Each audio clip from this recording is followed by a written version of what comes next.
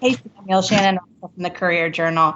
A lot has been made. Chris Mack has talked about the conversation you guys had after the last game where he said he really wanted more effort from you. And then you come out tonight and play the way you did and scored and rebounded the way you did. Did you think that conversation kind of lit a fire under you? And kind of how are you able to be so productive tonight? I think it absolutely did. Me and Coach Mack sat down for a while and talked, and I had some questions, and he had some things he wanted me to do on the court. And I feel like it definitely helped, and it definitely helped tonight. Sorry, can you elaborate on the things he wanted you to work on? Just kind of playing with some more pop. Running the floor was one of the main things that we talked about. And that was one of my questions that I had because, as a four-man, in the past when I played before, I trail the play or whatever. So I just had some questions about, do I rim run? Do I set a drag screen? Do I trail the play? And he just told me he wants me to get out and run. And we got two of the fastest point guards in the country. So if everybody else gets out and run, we can get a lot of stuff in transition. Michael? Hey, Sam. Michael McCammon from Cardinal Authority. You guys kept getting leads, and Wake Forest would make a run at you, but it seemed like each time you guys had an answer for them.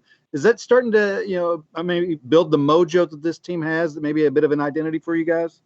Absolutely. I mean, credit to Wake Forest.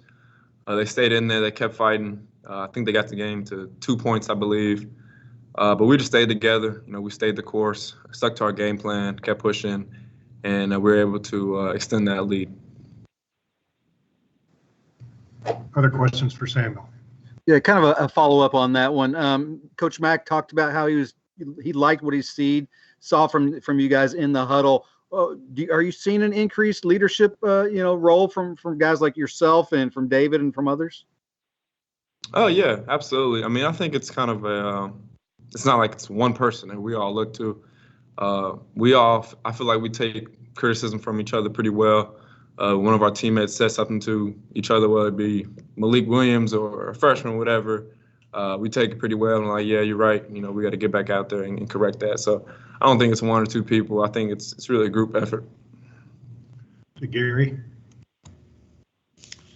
Samuel, I know you all just kind of played a schedule, but to have 3 road wins already, I mean, what do you attribute that to? I mean, I know the crowds aren't that big no matter what, but yeah. How do you explain that at this point in the season?